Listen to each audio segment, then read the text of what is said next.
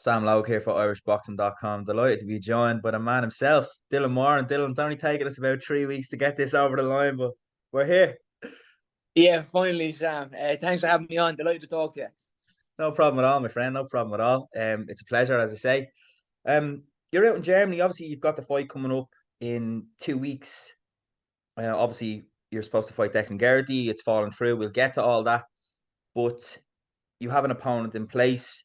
But let's just kind of let's start from where you are at the moment. You're based out in Germany at the moment. You're prepping for the fight. Talk me through your preparations at the moment and kind of the decision to be out in Germany and kind of where that all came from. Yeah, so I'm in Bispingen in Germany. It's like an indoor ski resort. It's literally in the middle of nowhere, but it's got a little hotel. The gym is underground, and once you come outside the place, there's nothing here, so it's really secluded. The trainer that I'm with, he's the trainer that I was with in Liechtenstein at the time, and when that went bust, he got set up here. So I initially just came back to him. It's what worked best for me. And yeah, I'm glad I made the decision. Being over here, I don't think it will be for everyone. Like I said, it's very secluded, but it's what works for me. Different people, different things. I like the quietness of it all being locked away. You've no other choice but to be fully focused on the reason you're here. Absolutely, yeah. When it's like you say, it's not for everyone, but I think that kind of solitude does really work well at times. Being able to kind of really just focus on what you're doing. It's interesting though that you're in Germany of all places, kind of. Is this coach going to be in your corner? Because I know, as you said, you were in Liechtenstein before, and I've heard the story. And is this guy your main trainer who's in your corner, or is it your father, I believe, who kind of has a lot to do with your career as well? Is he going to be your corner man? Talk me through your training team and kind of yeah, like how it actually works in terms of your camps and then your fight corner and Yeah, so Bromovsky, who I'm here with now, he's the main coach. He'll be in my corner. We head back to Ireland on Tuesday. My dad then, who's taken me this far, he'll be in the corner also. My best mate, Stephen, and Andy O'Neill is the cut man, and that's it. It's a small, tight-knit team. Bromovsky, I've came back to because, as a boxer, you'll come across a coach that it just clicks with. He understands you, you understand him, his ways and his methods work for you. And his worked for me, and that's why I'm back here. Like I said, it isn't easy over here by no means. The last 12 weeks, he's real old school, ex-army from Poland. Um, he's trained many world champions over here. Him and Yuli Wegner have worked with the best in Germany. A very well-respected guy. And his ways work for me. Like I said, it's old school, gets the most out of me. And, I'm more than ready for next Saturday. well, that's great to hear, man. I want to stay on it a little bit because I want to know if you can tell us, not necessarily about your prep for the fight, but what kind of stuff are you working on then? Like, what clicked for you with this trainer? Because obviously, this guy Ramovsky is a guy that I don't think would be a massive mainstream boxing coach, like not a massive mainstream name, not a guy that a lot of people would know about. So, what is it that this guy is teaching you from a technical perspective? That's the kind of stuff I'm interested in. What is he teaching you? What are you learning, and why does it work so well? And in what areas are you improving due to Ramovsky? Yeah, so basically, that's a good question. I could have been over in England in one of these high-profile gyms with big names in the gyms, lapping up the cameras, and I decided to come here to Germany. Bromovsky hates the cameras. Like I said, he's old school. When you're done a day's training with this guy, you know you've been training. The last time I was in England, I was going to bed after the day's workouts, and I felt like I needed to go and do more. And I was like, this isn't doing it for me. This guy, if anything, he's a bit much at times. Like I said, he's old school, but that's what works for me. Different people, different things. Gets you ridiculously fit and strong. Great boxing coach, drills the basics. And, in terms of like mainstream media that doesn't like the camera, doesn't like talking, obsessed with the game, he's there every training session before it starts, last one leaving, never misses a day. He's just proper dedicated, old school, hidden doing his work. And I was attracted to that, and it works for me. We've got a great relationship. He gets me and I get him. So what is the kind of stuff that you're working on from a technical perspective? Like what does he bring to the table for you in terms of boxing knowledge and what you can improve on based on what your So he game just is and how you fight, so Bromovsky, he just believes in drilling the basics. Good footwork, good defense, basic boxing, and everything else comes from there. And when you look at it, I study boxing a lot. You look at Sugar Hill and all them, they drill the same things, Manuel Stewart, all basics, good footwork, good defense, discipline, and he pulled me up on a couple of things like my discipline was lacking at times. I'd get caught with a shot and I just decided to go all out. I don't do that anymore. Now you catch me with a shot, I look at you and I say, okay, I'll get you in the next round, you Yeah, know. And like I said, we've got a good working relationship. I believe in his ways. I think it was Monday this week or Tuesday, I woke up and I looked in the mirror and I just knew I was ready. And the only other time I felt like that was the other two fights I've had under him also in Germany and Austria. And it's a amazing. great feeling. I felt like it was pointless going to the gym today. I'm ready. The body knows, the mind will tell you. There's been no corners cut. Like I said, the workload is crazy over here, and it wouldn't be for everyone because they wouldn't stick it. Yeah, And that's just a fact. There's no easy here. There's no days, I'll go home and take it easy. No, you're on it, and you're locked away over here. So you've no other choice but to be that way. yeah, I get you. Couple of things off that from what you said. First one is there a chance of, do you ever get worried about burnout? If you're saying that at times, maybe it can be even too much sometimes, but obviously it's that mentality of like work yourself to the bone. That's the first part, but I'm gonna ask the second part and maybe you can answer them both then. Um the second part, I'll tell you what, answer the burnout bit first and then we'll come back. Yeah. So the burnout part, a lot of people would ask that, and I was kind of questioning it. I was like, this guy's going to burn me out. When I first started training him, he spots it. As soon as you're coming to it, he could say to you, have the day off. Do you know what I mean? And he clicked it one day with me in Liechtenstein exactly the day I needed it. And that just made me put my trust in him. I was like, this guy knows what he's up to. Read me like a book. The same day I wasn't fit to do anything. You know what I mean? And the 2 or 3 fights that I've had with him, like I told you, Tuesday morning, I woke up and I'm where I need to be. Yeah, So yeah, I trust him. I believe in his ways. Look, when I was growing up, my dad pushed me beyond limits. So that's all I know. That's why how I'm used to getting that confidence in my head. And Bramovsky does the same, pushing you beyond limits and getting the most out of you. Whatever's left in there, he gets it out of you. And that way I can go to bed and sleep easy at night. absolutely. So what does that do for you mentally when you're saying to me like it's Thursday today, you're fighting Saturday week, right?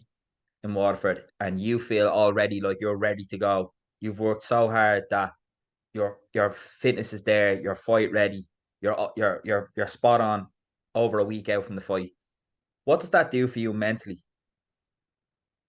It's just, look, confidence comes from hard work, doesn't it? I Yeah, can sit here and I can say over the last 12 weeks, there is nothing more I could have done. Nothing. I came away from home. I came away from family. I came away from friends. I told you I could be in one of these big high profile gyms in Manchester, lapping up all the shows and the backstage and the cameras. And I decided to stay away from that. I was in England last year, and I've come over here. It's the middle of nowhere. I'm with this old school coach, an old man, locked away training. You know, it's it's perfect for me. Most people would come here for a week and they'd say, "Oh, here, I'm out of here. I don't know how Moran is sticking that. It's yeah, mad." But the solitude, the focus, everything works for mm, me. Like I said, I've got a good relationship with the coach. He's been around the block. His experience speaks for itself. Yeah, I did get the I'm ready feeling this week. But like he said to me today, we'll just tip away now until Saturday. We're going to a boxing show in an SES boxing event. Then Monday, he said, I'm taking your phone. We flew to Ireland Tuesday, and then the schedule is there. Every night I'm supposed to fight at about 10 o'clock, so every night me and him will be out walking at 10 o'clock, get yeah. the body clock in. So he's on it. There's no box not ticked. It must really like bolster your sense of self-belief and your confidence, when you feel like that, you feel like you're improving, you feel like you're fight ready so early out. I mean, that was kind of what I was hinting at. That must be kind of what it Yeah, really does for you as well. Like it just gives you that sense of I am I'm right there, you know what I mean? Like I could go in and fight anybody now. I'm ready to go. Um that is really interesting stuff. I want to talk a little bit about the cut if we can. If you don't want to talk about it, we don't have to talk about it. no, we can talk about it. Yeah, So you got cut like yeah. late last week, kind of. Um, Just mid last week, I got cut. Uh, if it's not one thing, it's another. But it yeah, happened. It's part of boxing. But it is what it is. We buckle up and get on with it. yeah, and I trust that everything is. You look to be in pretty good shape No, there. you can't even see it now. It's perfect. Anything I could have been doing the last few days, I've been doing, and it's healed up pretty well. So there's going to Yeah, be no fear of me. brilliant, excellent. Let's move on to talk about kind of the fight and the few names that have been thrown around. Obviously, one thing that I would say is, and maybe this hints back to or touches back on what you were saying about being in England and kind of having the cameras around you and being, say, more in the mainstream spotlight in terms of as boxing is concerned. What you've taken yourself away to Germany, but at the same time, you're still managing to stay very relevant in the media, like particularly in Ireland, with names like Paddy Donovan. Well, obviously with the bit of a back and forth with Deco and the fallout from the fight and stuff. So it's a funny little line to Yeah, balance on there. But yeah, let's start with Paddy actually because it's quite recent. Obviously, there was big calls for, oh well, if Deco's out, why don't you fight Paddy? Paddy came out and said he'd fight. We talked briefly off camera before about this. Talk me through the process of, you know, or your own thought process of why you wouldn't want to go for that fight next Saturday. You know, this is obviously say 2 weeks ago, and you know all the yeah. reasons for that and kind of everything surrounding that. Yeah, so basically, look, this is going on in a while now, and I'm going to sum it up for you. Me and Paddy Donovan are going to fight. When me and Paddy Donovan fight, things just need to be correct on all levels, mainly a business sense. It needs the right stage, it needs the right publicity, the right build up, TV, who knows. And we need to wake up the next morning with the right amount of money in the bank. And until that's given to me, I've no more interest. I've never once been given an official offer from anybody in Ireland, especially not Donovan. So until he sends me an offer in paper, ticking all those boxes, I'm not entertaining it anymore. And until you do that, stop mentioning my name. But that fight will happen. Why wouldn't it happen? What Yeah, am I doing over here? I'm not over here for the fun of it. Like I said, they throw this social media in my face. I could be over in England in them big gyms lapping it all up. I'm here in the middle of nowhere because I've decided to be here. It isn't about social media for me. You know, if I wanted to be a social media star, there's a lot easier ways of doing it. I'm not that stupid. You can make a TikTok video and be one of those today, not being over here locked away with this coach. You yeah, know, this is how you 100%, go about it. 100%. To sum it up, though, this is business. This is the boxing game, and what's worse than being talked about, not being talked about. And some fellas can't grasp that. You know, the tide is turning in Ireland in terms of boxing shows. It's finally coming back. Shows are popping up everywhere, and it's very exciting to be a fighter today. We've been on the sidelines for long enough. And when you're involved in a fight like me and Paddy Donovan, why pull the trigger too early? It doesn't make sense. Um, why the fight didn't happen was because, firstly, there's a long list of reasons. On 2-3 weeks' notice doesn't make sense. It's a waste. The arena in Waterford wouldn't have it, firstly. The money wouldn't be there, secondly. Wouldn't get the build up. It was just completely wrong. It was not more than a publicity stunt from them, which looked well on their behalf. They're playing the game. Fair play to them. You know, I don't think they would have took it either because it's a waste. You know, if he doesn't fight me, who's he fighting? You know, we're on a collision course. It's going to happen. And I believe when it happens, it's going to be big. And I'm very excited about it. Yeah, absolutely. I think it's an important conversation to have. You know, the business sense versus the kind of the line of thinking of just, oh, just get in and fight. I'm a fighter. I'll fight anyone. You know, a lot of guys like to say this, and it's very respected by the fans because the fans like to see the fights, right? And they want the fights now. Yeah. They want it like as quick as Well, possible. let But me tell you something, Sam. It's very easy to have that attitude when you've got a big promoter behind you who's putting that money in your bank account the next day, regardless. yeah, Then it's easy. But when you're still trying to get to there, it is about decision making. It is about putting the right foot in front of the other. And I know that. I've done all this by myself. Do you know what I mean? I left Frank Warren of my own terms last year to go ahead with the show in Walford, and I've made that happen. yeah, You know yeah, what I'm saying? So I know how this game works because I've had to do it all myself. yeah, No absolutely. TV, no backing, headline at home, talks of Paddy Donovan. That's going to end up on a big stage. That's because I've made the right decisions all along. It's not from ducking and dodging anybody. I Yeah, don't. That stuff doesn't add up for me. This is the fight game, but there's nobody ducking or dodging anyone. Things just yeah. have to make sense before you agree to it. That's it. Absolutely. And to be honest, like I kind of agree with that sentiment because I think what the fans need to remember sometimes as well is that at the end of the day, you're a prize fighter and you and all the boxers are going in there to make money and you're putting yourself on the line, you're putting your health on the line, which is very, very real. I think it gets lost sometimes. It's a kind of it's something that people like to talk about, but then maybe they don't Yeah, consider really that it actually is, it's very dangerous. Like if you've ever been in a boxing ring, it's extremely yeah, dangerous. Like so yeah, it yeah, is important that you guys get paid and you maximize your earning potential and stuff like that. Because I do really agree with that. So I think it's really fair, and I think it's a good point of view to have, and it's something that maybe the fans can consider a little bit more when they're clamoring for fights. But I suppose at the same time, being a fan, we do want to see these fights, and we hope that. I think sometimes the worry is that if it doesn't happen when we see an opportunity for it to happen, then it might not happen. You know what I mean? yeah. Of But course. it's And hey, I'm. There's no bigger boxing fan than me, so I know exactly what you're on about, and I yeah, know I have a duty to deliver that for the fans. And if it's the last thing I do, it'll be done. You have my word on that. But it just has to make sense first. yeah. I think it's fair. Would you like that fight to go on? So if you had two choices, right?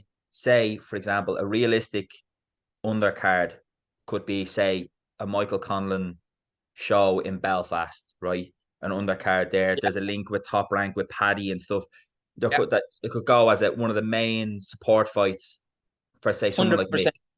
or Yeah. headlining in Limerick or Waterford, or even say Dublin in a You see, in a this in is a what I'm show. saying.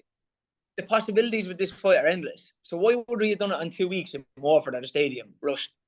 Why pull the trigger that early? It doesn't make sense. Look what we're talking about now. That's exciting stuff, and that's more than possible. That is going to happen. Katie Taylor in September. Who knows? But as soon as it's given, like I said, these guys are with the big promoter. Send me the offer, pay me the money, and I'll come. I'll come to Limerick. Put the money on the table, and I'll come. But besides that, I'm quite happy in Waterford at the moment. I've got my own thing going on. You want me Yeah, to come? No problem. Put the money up. Start talking figures here. Start talking platforms, not just shouting on social media. They throw the social media in my face, but every time I open the phone, they're shouting about me. I get you. I get you. Yeah, no, it's a fair point. Would you have a preference for how that fight was done, like a kind of standalone, you guys headlining, or on like a big undercard, high up the card? Again, you kind of put me on the spot here. I never really thought of us headlining as the main event. That was never I was always kind of thinking Katie Taylor, September, Croke Park, me and Donovan, brilliant. That's a living dream. That's a sign that right now, like, you know what I mean? Then again, like I said, the options are endless. Me and Donovan headlining, that could be done also. Yeah, Yeah, we I, don't I know. think so. But at the same time, Sam, not cutting it short. That fight's going to happen. I need to win next Saturday, or all this goes out the window. Absolutely, absolutely, and we will come to that. And I know that that's it's something you hardly see with like Joshua this week. Everyone's throwing Usyk and Fury Yeah, at and him and stuff, and he's Fury. like, I have a fight on Saturday. He's got Uh, a slippery one this weekend. he definitely does. It's a lot harder than people are making out for Joshua. That's a good fighter in front It, of him. it, it is, and Ruiz wrote the script, and they're all trying to follow it now. Absolutely, absolutely. Let's move on to talk. Well, I'll tell you what, I'll go back to that. Let's talk about your opponent this week. Then we'll focus a little bit on your fight next Saturday, I should say. Sorry. Um, Yeah, it's Godoy. I forget his first name now. Sorry, but Godoy. yeah. He has a decent record Morrow, actually. 37 Morrow, and good eye. Mauro Godoy. 37 wins and 7 losses. That's a pretty decent record for a late substitute to come in. Do you know anything about him? What do you expect So, from him? so this Talk to is us about where the when opponent. the when Deco pulled out, there was you wouldn't believe how many fighters were offered to me, and I said no to. I said I'm not headlining Waterford with anyone of that caliber, and that's why this guy was brought in. I just wouldn't do it again. I have a duty for the fans. Deco was living up to that. I couldn't do anything about him pulling out. And he couldn't either. He got cut. But it had to be someone like this guy. 37 wins, 18 knockouts. Being honest, I don't know what to expect, but I know anyone with that record, you've got to be on your toes. You've got to respect them. Them Argentinians are tough as old boots. And I'm excited. But again, it had to be someone like that. It's always how I planned it in my head. Absolutely.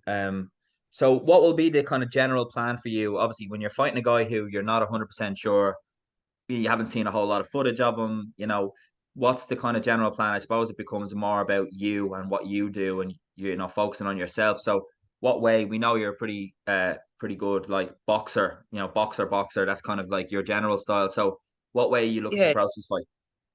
yeah, again, just everything we've worked on camp, staying disciplined, Sam, figuring them out, doing what I'm good at, worrying about myself. Um, like I said, if I can just stay disciplined and box, I box pretty good. And it's just about staying disciplined through the rounds and getting the win. Obviously winning is the main thing here. Controlling the controllables. I'm fit, I'm ready. There's nothing else could have been done the last 12 weeks.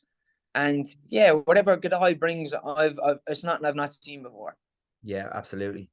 So we will just touch a little bit on Declan because you did mention him there. Obviously, he fell out, Yeah. and it's interesting now to hear how maybe your perspective on the whole thing has changed because obviously directly after you were, I know we spoke a little bit, and you were a bit pissed off, like, which is understandable. I think a big fight, it's fallen through. Yeah. Things get a bit ratty on social media and stuff like that. Yeah. But Yeah. obviously, you've just said that he perhaps couldn't help it. In hindsight, maybe it looks like there's no way he So, could have prepared properly for the fight with that kind so, of so let, cut. And yeah, I'll sum this up there. Look, that trash talking and slandering people and this kind of thing, that's not my character. I've been on here long enough, living life under a microscope for everyone to see. That's not what I'm about. Um, when Deco got the cut, I was told not that he was 50-50 about the fight all in all. He was 50-50 about the cut, and he might still go ahead with it. See if you can give him that extra push. So I called it a scratch. As anybody would the fight. That was it. And then it all kind of got a little bit out of control for a day or two. When that fight was announced, I treated Deco with nothing but respect. It was a great time for him and his dad. That doesn't change. But at the same time, when I made that video, was I a little bit angry? Was I confused? Was I not thinking straight? Of course. I'd spent 10 weeks thinking of him every day, fighting for the Irish title in Waterford. Couldn't believe it was happening. Now all of a sudden it's off, and I'm like, oh, here we go again. If it's not one thing, it's another with me. And yeah, that was it. I was asked to give him a little push, and that's exactly what I done as anybody else would have. yeah, absolutely. I want to touch on. It's interesting because you've mentioned a few times now, like that you've kind of had a few setbacks, and you've had I would say to some degree a turbulent career. You know what I mean? It's not been plain sailing by any stretch of the imagination. How how do you deal? How have you been able to deal with that throughout the years? You know what I mean? Like moving promoters, having difficulty in Liechtenstein, having to move back, it's all been a bit up in the air for you over the years, and trying to get fights, having difficulties, all this stuff. How have you dealt with it? And then again, you get another blow. You're about to fight for the Irish title, as you just said. Deco has to pull out. It's like, oh, for fuck's sake, when does this end? How do you kind of When continuously motivate yourself and keep going and keep your head above water? being honest, Sam, the driving force behind it all was always a homecoming in Watford. That was the driving force behind everything. That's what always made me go back to the gym. Like, that's how important this was to me. And had that not been there, I don't think I'd have stuck with it for so long. But that was always, I couldn't forget about it. I couldn't stop thinking about it. So when all these things went wrong, the idea of fighting at home, it was a dream or an idea I set out from a young age, and I just had to pursue it. And next Saturday, it's happening. I'm finally here against all odds. And that's all that ever mattered to me. Nothing else. It was just having this homecoming in Waterford, and it's important for my family also. I'm looking at my little brother there and the experience he's going to get from this. I know what it would have done for me at his age to have an older brother doing it, and it would have been priceless. And I'm glad I can do that for him. The amount of kids in the arena from my city that are going to look and, realize you can go another way. There is, other things going on in life. You can go and make something yourself, or, you know, them taking inspiration from that is priceless. It's going to be a special night. It's all unfolding before my eyes. I've seen it in my head for years. And it's a bit surreal, if I'm being honest. And I'm not talking like it's a world title, because I know it's far from that, but it means the world to me. I've been shouting about this since I first started doing interviews with Irish boxing many years ago. I want to fight at home. I want to fight at home. The homecoming's going to happen. And a lot of the times it looked like it was just wishful thinking, but here we are. Absolutely, absolutely, and that's fair. It actually reminds me of something that happened recently, which I'm going to get your thoughts on really quickly. It reminds me of Tommy Fury beating Jake Paul and kind of coming out and saying, I know it's not a world title, but this kind of is my world title. Like, this was such a big thing for me, and I got over the line. Um, did you watch that fight? And obviously, because you had your little back and forth with Jake Paul, or at least there was some social media Yeah, yeah. furore, if you like, around the time you were sparring with Conor McGregor. So talk to me a little bit about, did you watch the fight and what did you think of both men's performance? Hey, I watched the fight. Fair play to the two boys. It was like a bank robbery in the daylight. They made loads of money and ran off into the sunset. I say fair play to them. Regardless of what they were like in the ring. Fair play to Jake Paul. Fair play to Tommy Fury. They made a load of money. Everyone tuned in, regardless of their opinions on it. All them people talking bad about it online, they paid them money. The boys pocketed it and ran. So I say, I take my hat off to you. Yeah. I enjoyed it. It was a better standard than I was expecting, if I'm being honest. Yeah. And Yeah. it is what it is. I don't see the downside to it. Listen, you can say what you want about the YouTube this, YouTube that. Personally, I wouldn't agree with it too much, but regardless of my opinion, that's the way the world is going, and you either go with it or you get left behind. The tide's not turning anytime soon. Let me tell you. These guys are bringing more eyes to boxing. They're generating money, so it is what it is. Definitely. Fair play to them. What did you said what you saw was a better level than what you had expected. What did you make of Jake Paul in the fight? Because obviously, I think there was a lot of expectation on Tommy because he hasn't shown in the ring, really high level performances. In my opinion, I've seen a good few of his fights, but there was always that kind of uh, there's always that kind of subtext of, well, he's been around the game a long time. He's been training with his brother. He's been training with good coaches. Like this guy, he's gonna have better fundamentals. He's gonna have better footwork. He's got a good jab, and that was the difference on the night, as far as I'm concerned, was moving and the jab. But what did you make of Jake Paul's performance? And has he improved a lot more? And is he a lot better fighter than you kind of thought that maybe he could be? Yeah, is he bad? No. Is he exactly how I thought he'd be? Yes. But he's had probably a harder start to his pro boxing career than 90% of professional boxers, me included. There's no denying that. Fair play to the guy. I know I had a bit of a spat with him or whatever, but he's a marketing genius. He's out there making it happen, and I'd never knock anybody like that, whether I like him or not. Fighting on the world stage, the whole world tuning in. How could you sit out bad about him on the internet? I don't understand it. Um, he was maybe a little bit better than I expected, but you could just see the basics of boxing just set them apart. Really, Tommy was that little step above, and every shot, every interaction in the ring, and yeah, Jake hung in there, made a good account of himself, made millions of dollars. Happy days. Happy days, exactly.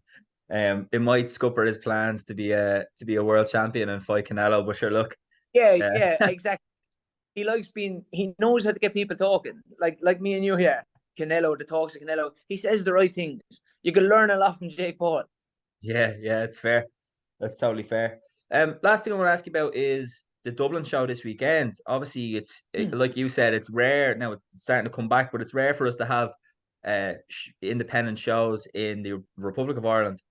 But we have two in the space of 2 weeks, which is kind of mad. And then we've got one in Galway at the end of April, which is amazing. What do you make of Jason? Obviously, Jason Quigley coming back this weekend. Paddy Donovan, of course, going to be on that card. Edward as well. Loads of fighters on that card. I'm not going to name every single person, but have you any interest in that fight in that card, and what do you make of that? Firstly, I'm a big fan of Jason Quigley. Always have been. Delighted to see him back. One of the good guys in boxing. Yeah, I'm just delighted to see pro boxing back in Ireland. Like you said, you named all the shows. It's booming. It's an exciting time to be a fighter. We've been sat on the sidelines for long enough, and this game isn't easy. And a lot of the times along the way, I was thinking, is it ever going to come back?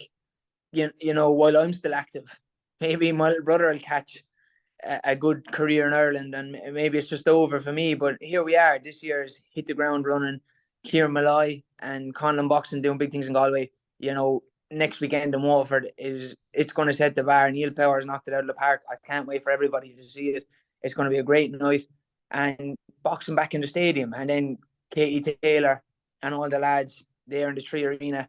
It's packed. You're spoiled for choice, and I just hope it continues. me too. Me too. I think we speak for everyone when we say that. Yeah. It is going to be absolutely fantastic. Um, the Katie Taylor card is going to be massive. Was that something that you had kind of hoped, or maybe played around with the idea of trying to get on, or?